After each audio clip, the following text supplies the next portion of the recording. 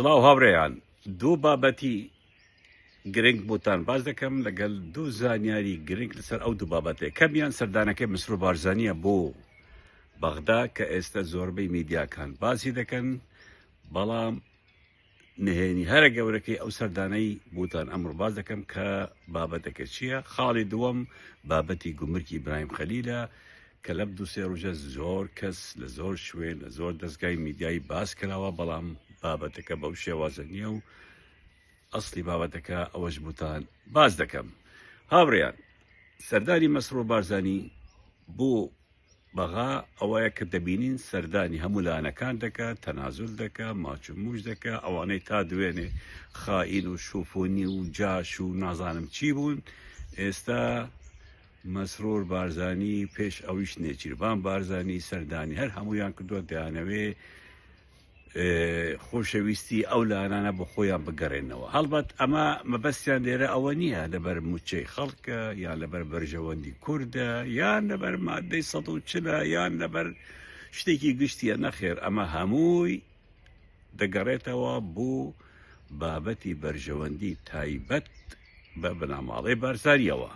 هاوڕێیان هەمومان لە دوێنێ پێرێوە زانیمان بابەتی کۆڕەک تێلەکۆم کە حکوومەتی عێراق دەستی دانە سەر هەموو ماڵ و ملکی ئەو کۆمپانیایە. هەڵبەت ئەو کۆمپانیا پێش ئێستاش لە ئەمریکا بە 45 میلیۆن دۆلار سزا درابوو کە شەریکەکانی کۆمپانیایەکی کوێتی بوو، سکاڵای لەسەر تۆمار کرد بوو، چەندین ساڵە باژی حکوومەتی عێراقی نەداوە، چەندین سکاڵای لەسرە، بابەتەکە زۆر زۆر گەورە بووە.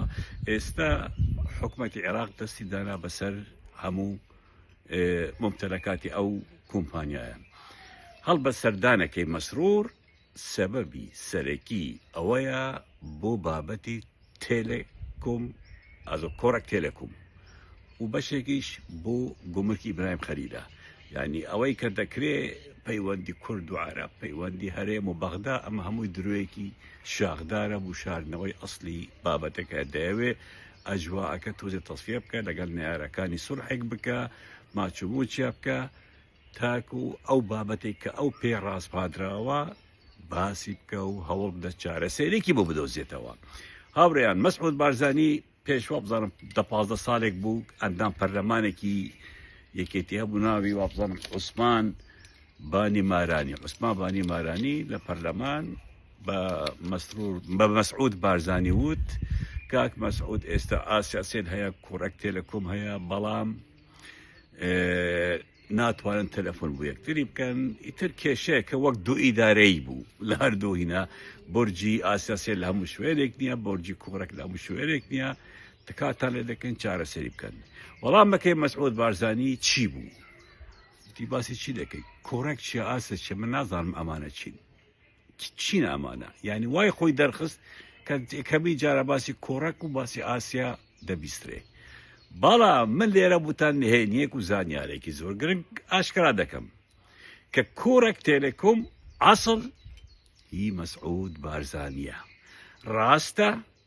ڕاستە بەناو سیروانە بەرازایەتی، بەڵام مولکیەتی کۆڕەک تێلێکۆم هی مسعود بارزانیە و کچێکی کچە گەورەکەی کە ناوی منیرایە، دایکی نوحە، دایکی سوهەیلە.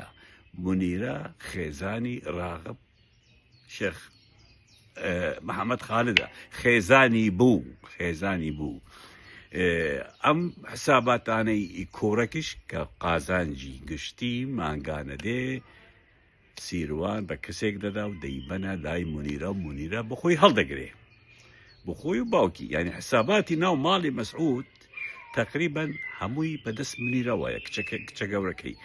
ئیتر ئەمەی کە ڕۆیدا منیرە دەڵێن بانگی سیروانی کردووە لەسەر ئەم بابەتە، ئەویش پێوتووە هیچی پێ ناکرێت. ئەم بابەتە ئەمە 4 ساڵە دێت و دەڕوا و هیچی پێ ناکرێت. ئەوەی پێم دەکرێت پێت بڵێم ئەبێ مسرور چارەسەری بکە بڕاتە بەغدا، هیچی ترمان بەدەستەوە نییە.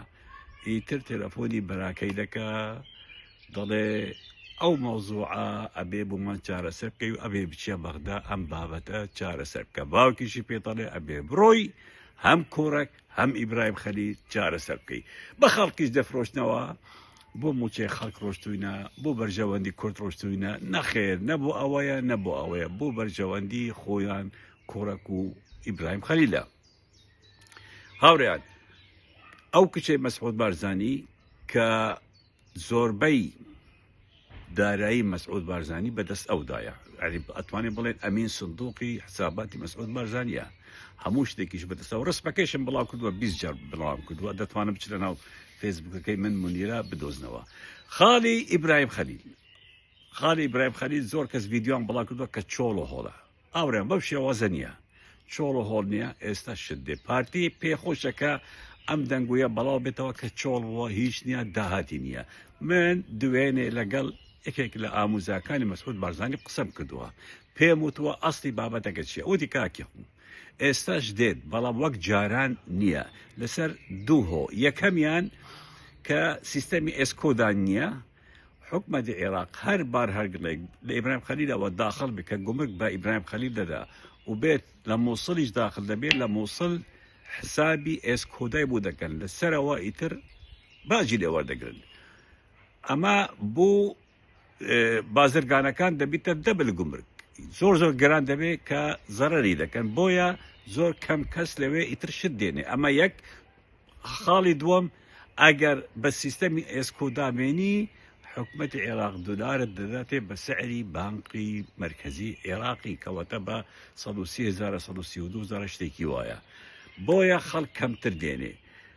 بەڵام شتێکی زۆر گرنگی وتی ئەسڵەن لە ئیبراهیم خەلیل کە ئێستا داخل دەبن ڕاستە کەمە بەڵام 180 ئەو بار هەڵگرانە کە داخل دەبن هی کۆمپانیای بنەماڵەن داخل دەبن و گومرکێکی زۆر ڕەمزی بچووک دەدەن بەڵام کە بیبەنە ناو عێراق ئەبێ سیستەمی ئوسکو دەبێ نایبن ئەوە بۆ استهلاکی داخلیە یعنی بۆ هەولێر و دهۆک و سلێمانی ئیتر لە بابەتەیە بەڵام هەر دێت بەڵام کەم بوویتەوە بابەتی خەتی تورکیا و بۆ سووریا و بۆ ڕەبیعە یەک دوو جار قافلەیەک دوان هاتووە بەڵام جارێ ڕێگاکە تامینە نەکردووە حکومەتی سووری ئەبێت چەند ڕەبایە دابنێ بوو تامینکردنی ڕێگاکە ڕاستە لە مستەقبەلە ئەوە دەبێتە ئەو ڕێگایە لە جێگای ئیبراهیم خەلیل پارتی ئەمەی پێ خۆشتیە حتا جەیرە تە چ گوتیە جەیرای خێزانی مەسعود وتیە وتی ئەگەر وا بڕوە دەگەڕێنەوە سەردەمی سێوچنین لە ئێران ئەبێ بجوڵێن بڕورە بەغدا لەگەڵیا قسە بکەن خۆشی و باوکی و کوچەکەیشی ئیتر مەسرۆریان ناردووە و بەغدا لە بەغداش لەسەر ئەم بابەتە قسە بکەن بابەتی گومرکی ئیبراهیم خەلیل کە ئەبێ چارەسەریەک بکرێ و نابێ وا برێ و بکرێ و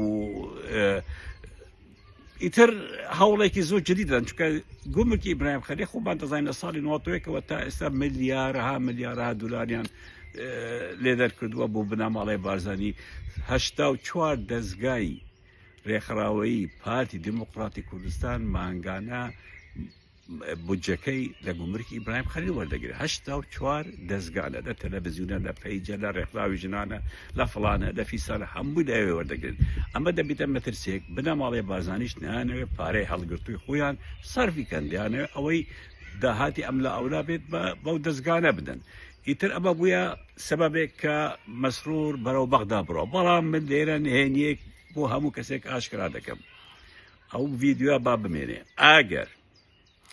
ئەگەر ئیبراهیم خەلیل تەواو بەس بۆ ئەوەما کە کۆمپانیاکانی بنەماڵە باڵ هەرگلەکانی خۆیان بێنن و خەڵتی سووریا کراوە و ڕەبیعە کراوە مەسعود بارزانی کوڕەکانی نیازیان هەیە ئەو خەڵتەی سووریا کێشەی تێدا دروست بکەن کێشەکە چۆنە بە پارەیە بە تەقاندنی چەند تڕێلە دروستکردنی کێشە بوو بار هەڵگرەکان تاکو فەشەلی پێبێنن ئەمە نهێنیەکە لە ناو بنەماڵە بۆم هاتووە وایان وتووە ئەگەر لە ئێمەیان برد ئەو خەڵتە ئەگەر ئیبراهیم خەلیلیان وش کرد ئێمەش دەهان ڕێگە هەیە کە ئەو ڕێگەی سووریا تێکی بدەین بمینن لە خێر و خۆشیدا تا ڕۆژێکی تر و تا جارێکی تر